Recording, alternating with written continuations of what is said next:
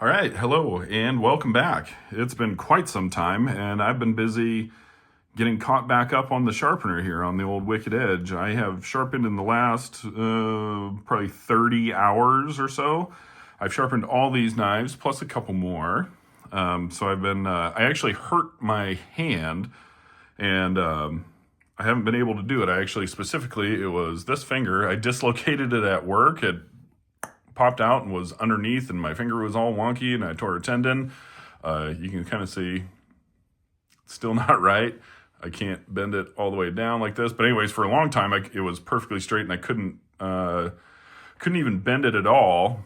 It was in a splint, and then blah, blah, blah. Anyways, it took a long time, so I couldn't use my sharpener because I didn't want my fingertip to be grazing the top of knives. Anyways, I have a good amount of use or bend in it now, so I've been catching back up on the old sharpener. Household knives, couple knives for buddies, a couple of EDC knives here for me, and then also I just bought, finally, for the first time in I don't even know how long, at least a year I think, I bought a brand new knife. This is the Three Rivers Manufacturing, or TRM Tagalong, and this is marketed and sold as a small fixed blade EDC option. And there's the sheath that it comes with. It's got some hardware. There's a leather lanyard that comes with it, and so you can put a pocket clip on here, and it's a fancy little pocket clip. And overall, it's really nice. The sheath is the taco style. So you can see it's just one piece of leather that's been folded over and then stitched along here. They also offer for the same price, either or, you can just choose what you want. They have a pancake one where it's two pieces of leather sandwiched together, and then they're both stitched together all the way across the top. But I went with the taco, and it's very slim, very light, very small, and it seems like it would be an excellent option for fixed blade EDC carry. Speaking of, I am not a fan of fixed blade EDC. Where's the sheath for this thing? There it is. I've got knives all over my table here. This is a friend from work. I sharpened that for him. Some kitchen knives. Touch this old boy up. It's beautiful.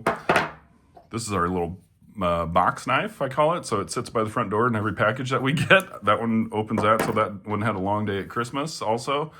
And then my Atom. But anyways, getting back to the fixed blade EDC, I have given it a shot. A few times, actually. I started with this. This is the Spyderco Bow River, I believe, in 8CR13 MOV. It was a little too big, I thought, and I put this on. I'm not a huge fan of it. I don't know. I just kind of was meh about it, but that was early in my EDC days. I know a friend who has a forge in his garage that lives not too far from here, and I had him make me this knife.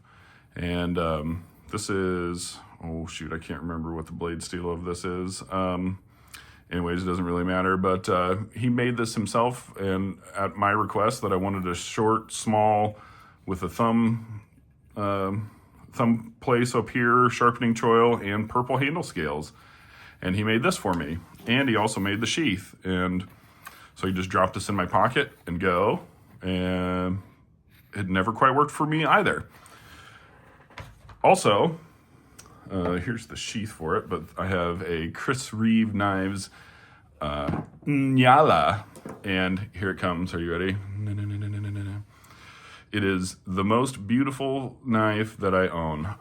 Let's just take a minute to observe it. Look at the sheen, the shine. There's the hollow grind, Chris Reeve hollow grind right there, and look at that edge. Ooh-wee. I just touched this up as well. Nice sharpening choil, crown spine all the way back, all the way up until it starts to make these cuts here. It's tumbled. All of this right here is all rounded. Crown spine down here on the bottom. Look at the way that the scales come and perfectly align with the jimping right there. Subtle branding, Idaho made.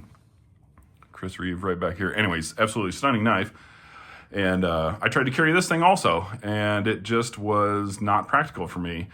I think a lot of it has to do with that sometimes I carry a gun, and when I do, it's on my right hip generally. I do have a revolver that I carry cross-draw on my left hip, in which case something like this would work. But I think it's just after a few attempts, I've realized that fixed blade knife for EDC in my life is just not practical.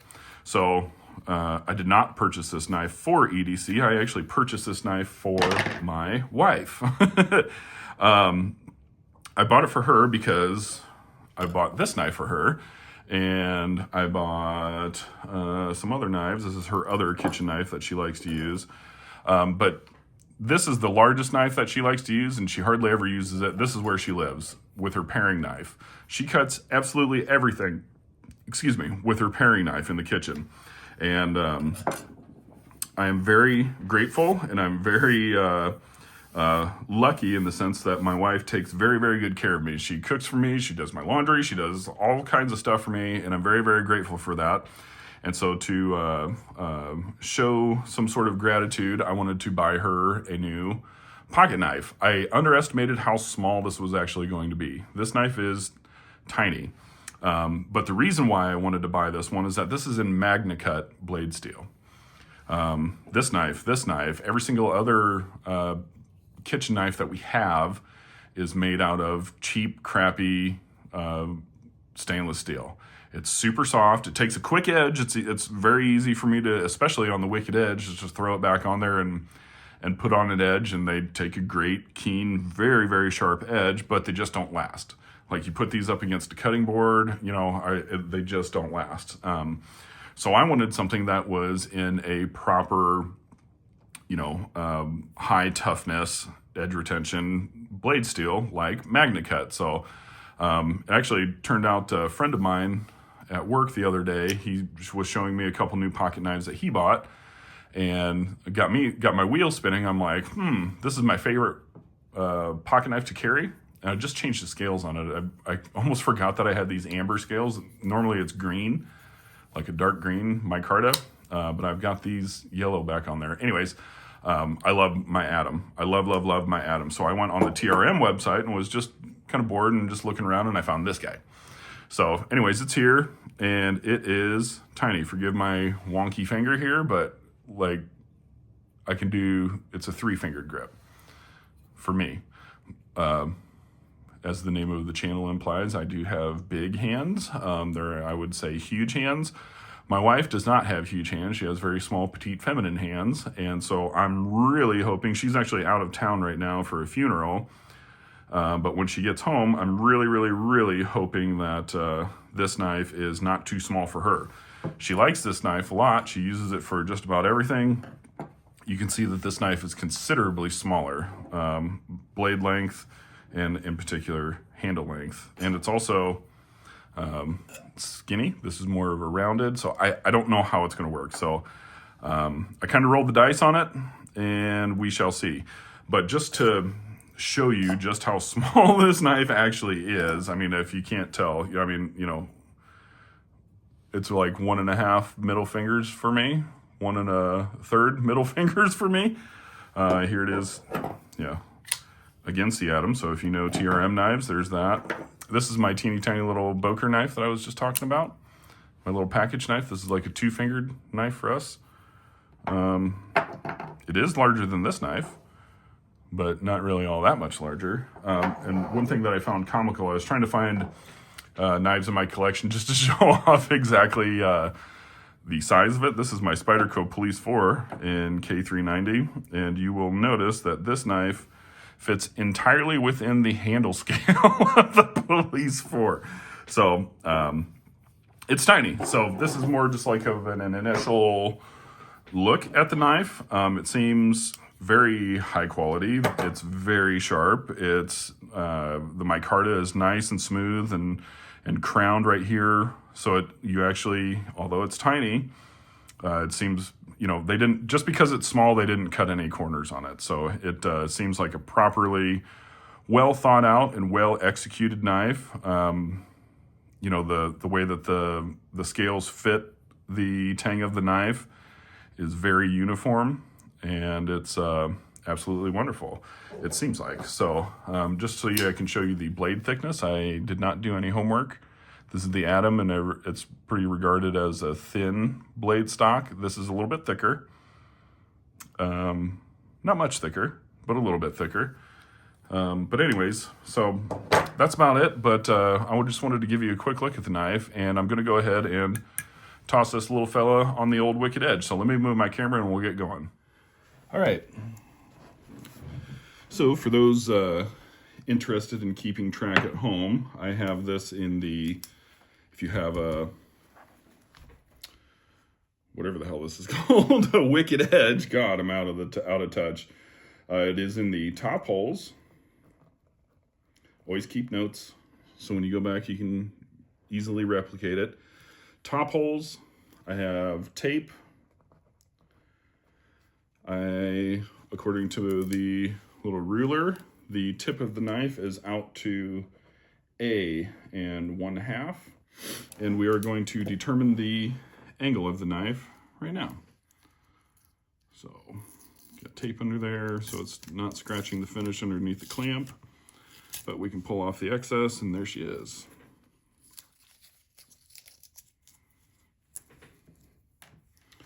Okay.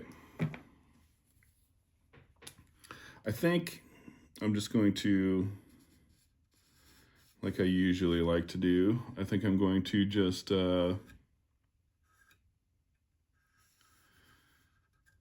to replicate the factory edge as best I can. It seems like a pretty reasonable edge on there, not too much bevel, not too tiny, not too steep, not too shallow. So we're gonna see what we can get out of here. Let's get the old angle cube out here. 0U. Okay. Let's just see where this lands from. That's at 19.5 degrees. That's just where the last knife that I was sharpening was at. And, well, shit, that's actually doing a really good job of removing all of the marker.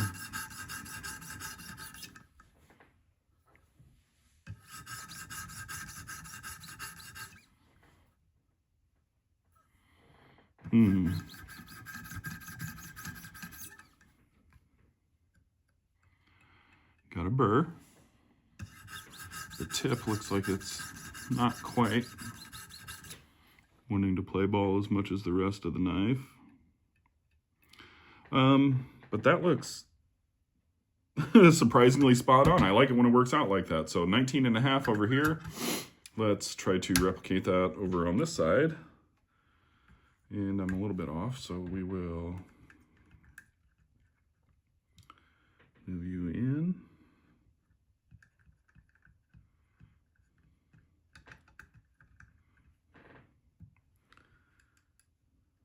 And 1935.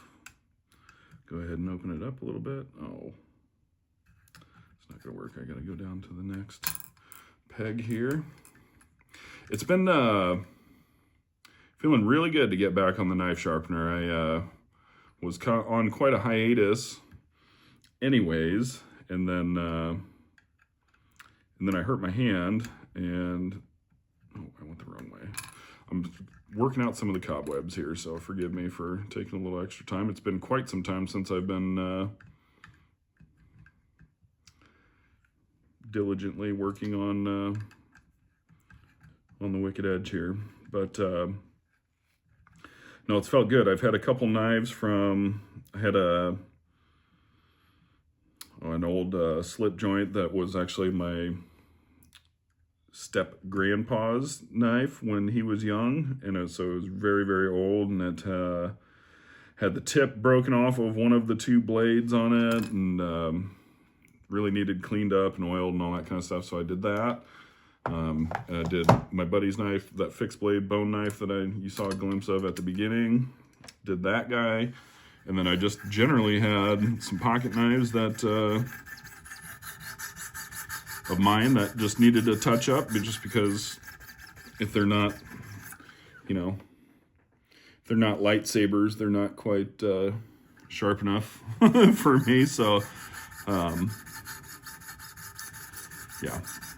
So my little box knife needed it. This, I will say, just a little side note, Spyderco's S110V, this is my garage knife. And what I mean by that is every single box, every single anything that needs just a knife that you can quick grab and just cut the ever-living crap out of something in a very aggressive fashion, that's that knife for me. And S110V is outstanding. I really, really like that. But it's been a few years since I even put an edge on that one, and she needed a bit of a touch-up, but it took it very well, and now it's screaming sharp again. So, okay.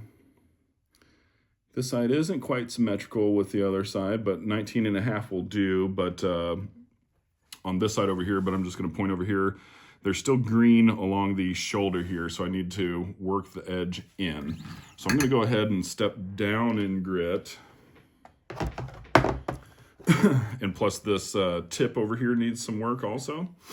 So we're just going to get right to it, whoops, with the 100 grit and get it to where we want to get it.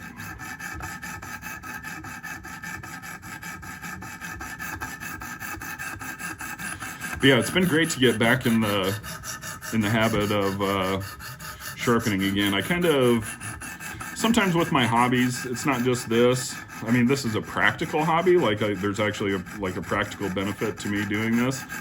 You know, in the terms that I have nice sharp knives all the time, or friends and family I can sharpen their knives, or I've even done this for cash, you know, here and there. At that point, it kind of turns into a job instead of a hobby, which kind of turned me away from doing it for cash. Anyways, I have a lot of hobbies that I kind of come and go into. It's like when I first get into it, I might spend a couple years just all about it and going as far down the rabbit hole as I want to or can. And that's kind of what I did with this, and it was nice. I have a nice collection of knives. I have a very nice knife sharpener and a really nice setup, and it's cool. And the YouTube channel was kind of part of that.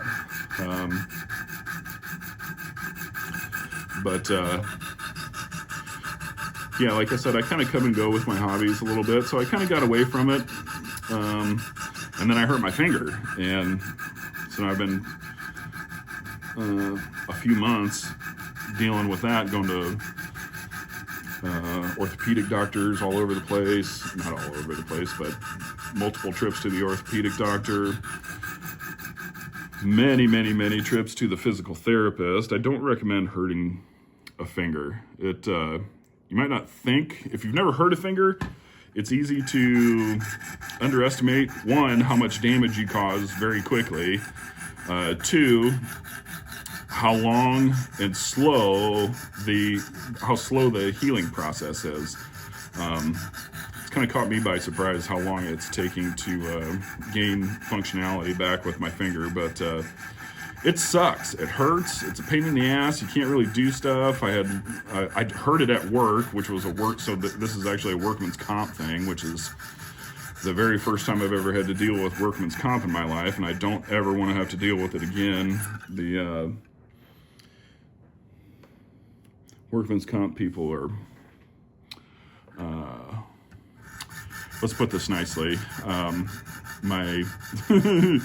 the agent, I guess, that's working with the company that's handling and paying for all of this stuff, she's a fucking idiot.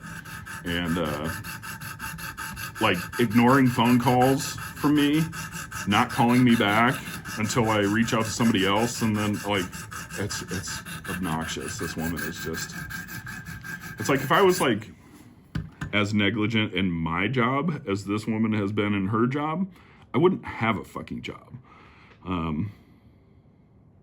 It's been crazy. So anyways, that's probably good on that. So I think I like the shape of that. So I opened up the tip a little bit on this side. It's almost, The bevel up here at the tip is a little bit thinner than the bevel right here in the belly. Like the belly is nice and wide, and it kind of gets a little bit thinner as it gets out here to the tip, but I think I'm okay with that. I don't want to take a ton of metal off of here. And over here on this side, we brought it in enough, and now all the markers gone off the shoulder, so it's it looks nice and uniform all the way from front to back. And the bevel on the tip up here does on the left side also thins out a little bit, so I think we're good. So we're just going to refine this a little bit and call her good. But no, anyways, I have been anxious to get back to my knife sharpener, but like I had my finger like couldn't move, so like I was really afraid that I was gonna, if I couldn't move my finger, get it out of the way, I thought I would be clumsy and put my fingertip right over the top of a freshly sharpened knife and cut it open and give myself even more issues with that hand, with that finger specifically. So I did not do any sharpening for a long time, so I was overdue. So the last couple days I've been off work, and it's been really nice because I've had some time to go ahead and just get back in the game. So all the knives that I wanted to get sharpened are now sharpened or currently being sharpened, so I'm up to speed and feeling good.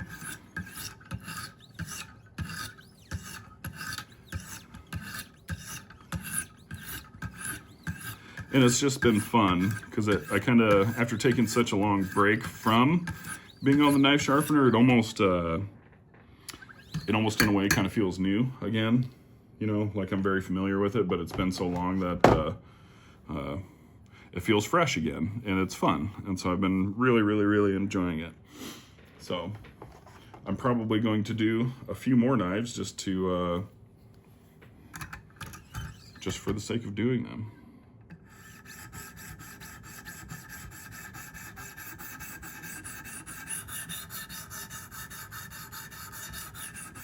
Okay, we're up to 400 grit now. That previous stone was 100 and 200.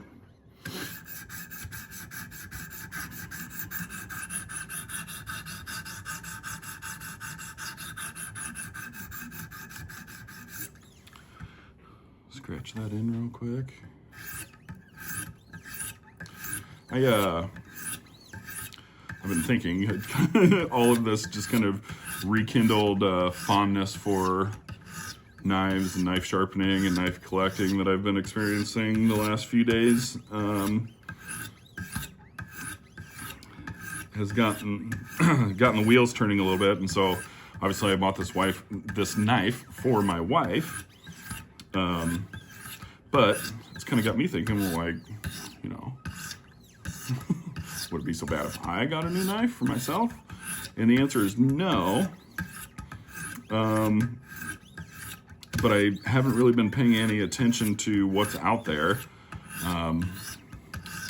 And so I've kind of been looking at some of the online big box stores just to see what some of the newest and blah, blah, blah, blah, blah.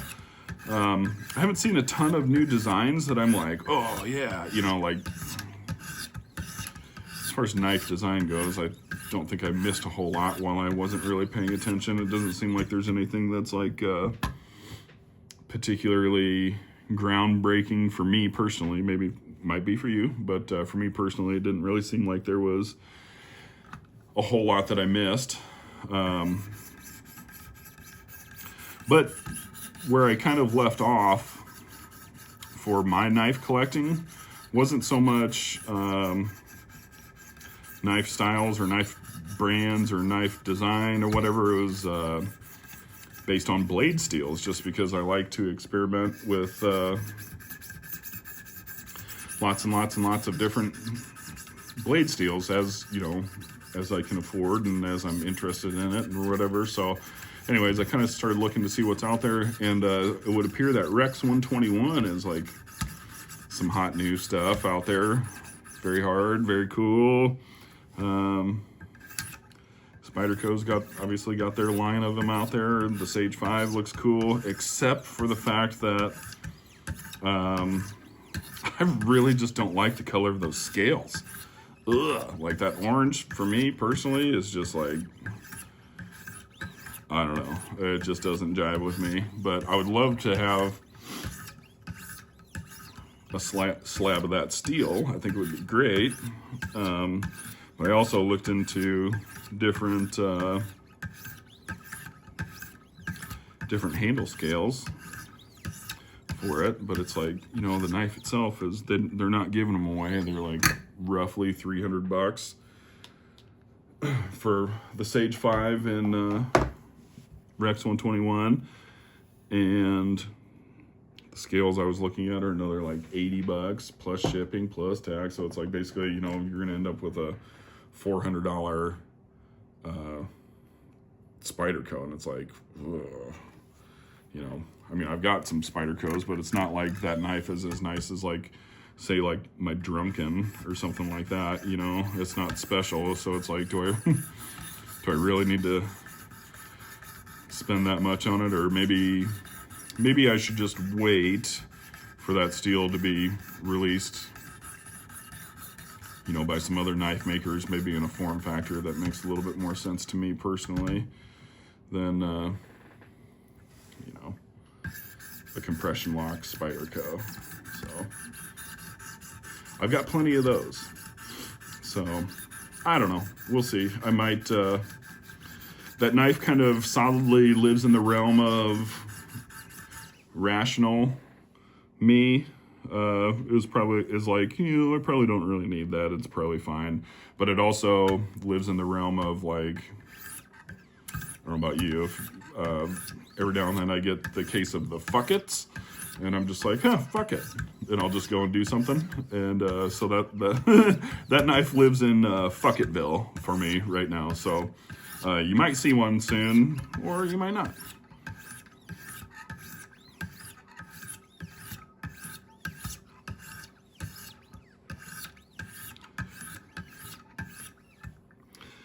But yeah, getting back to this little guy though, I do and have been really enjoying MagnaCut. I think it's a great steel. Actually, speaking of MagnaCut and speaking of blade steels, I subscribe to the Knife Steel Nerds YouTube channel, and it's the dude that created MagnaCut, and it's super nerdy, and there's graphs and things like that. But he's coming out with a new version of, an upgraded version of MagnaCut, and he's calling it Magna Max. And it's supposed to be like something along the lines of MagnaCut with its stainlessness and edge retention, but significantly increased toughness, like K390 or something like that. So it's like, it's the next, basically sounds like it's going to be like the latest, greatest super steel. So that would be interesting to see. So maybe I'll hang on for something in that new steel, Magnamax. That was pretty interesting.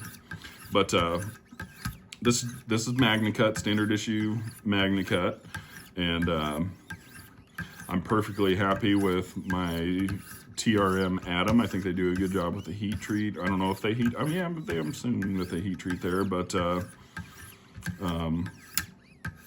seems like just really, really, really nice steel.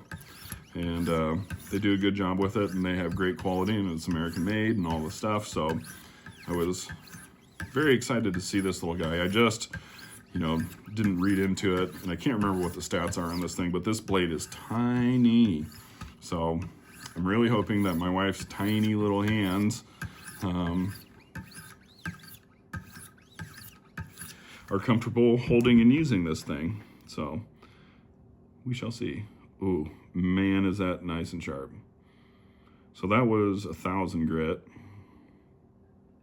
And I think I'm going to stop there, because for kitchen knives, I don't like taking them super fine, because, you know, you're talking about cutting tomatoes and, you know, that kind of stuff, slicing potatoes and carrots and, you know, things like that. So they don't really need to be, you know, super pretty. They don't need to be super fancy. They just need to have enough toothiness on them to be able to get started in the cut and then let the blade geometry do its thing. So I think I'm going to leave it there, but I am going to remove the burr. And so this is just my standard cowhide strops. And I went through all of my strops. I've got these, I've got kangaroo strops, and then I have the nano cloth or nano fiber, whatever, strops. And I went through last night and reapplied all fresh new emulsion or paste. Like in this case, it was paste on these ones. This is 1 micron and half micron. And then I don't remember what they are for the other 4, but I put all new stuff in there, all paste and emulsions, and did a couple knives, and they turned out really nice. So these were a touch on the dry side, so I wanted to get some fresh stuff in there. So this is more for just burr removal, not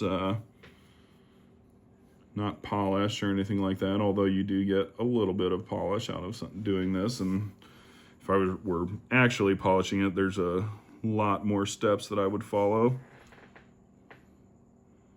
to get there. I am going to switch over and do the half micron though, because this paste, I don't know if you can see that, like it kind of, I'm trying to wear some of it off because it's like it builds up on the bevel.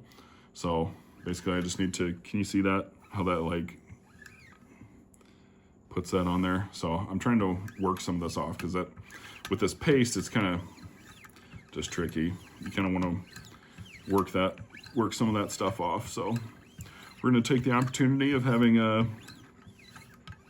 knife in the clamp and get these strops back to where I want them to be. So this is going to get a little extra love on the strops today.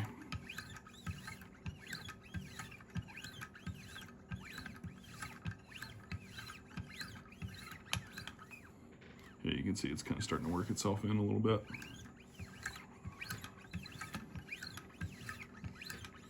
Or remove some of the excess, I guess.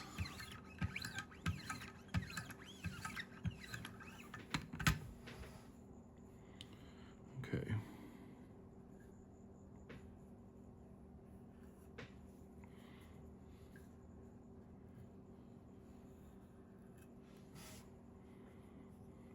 Looks pretty good.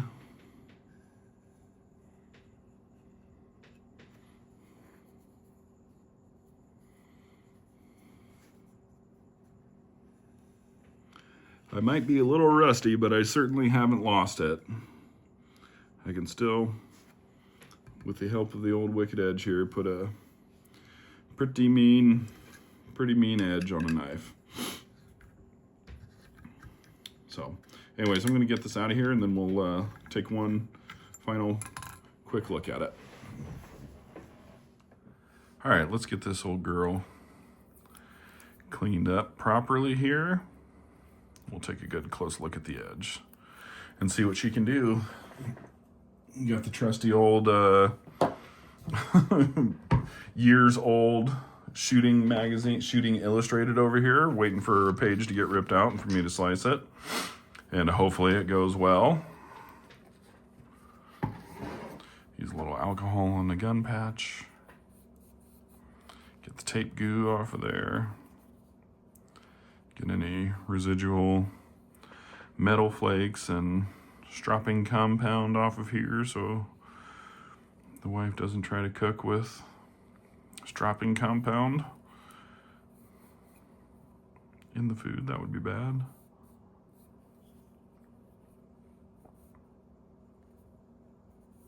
I do like that they incorporated a little sharpening choil right there. That's a very nice touch. And also look at like the, oh, focus. Can you see the baby Three Rivers logo there? That's like the tiniest Three Rivers logo in the world. It's there. It's well executed. And then, of course, USA. So yeah, this is the edge here, though. Not so much of a shine as it is a sheen. Like I said, I like leaving it moderately toothy, which it is. And with that burr removal, it really gets it down there. Let's see. Springfield Arbiter's latest handgun. Nobody cares. Let's see how this goes. Oh, come on now. Oh, yeah.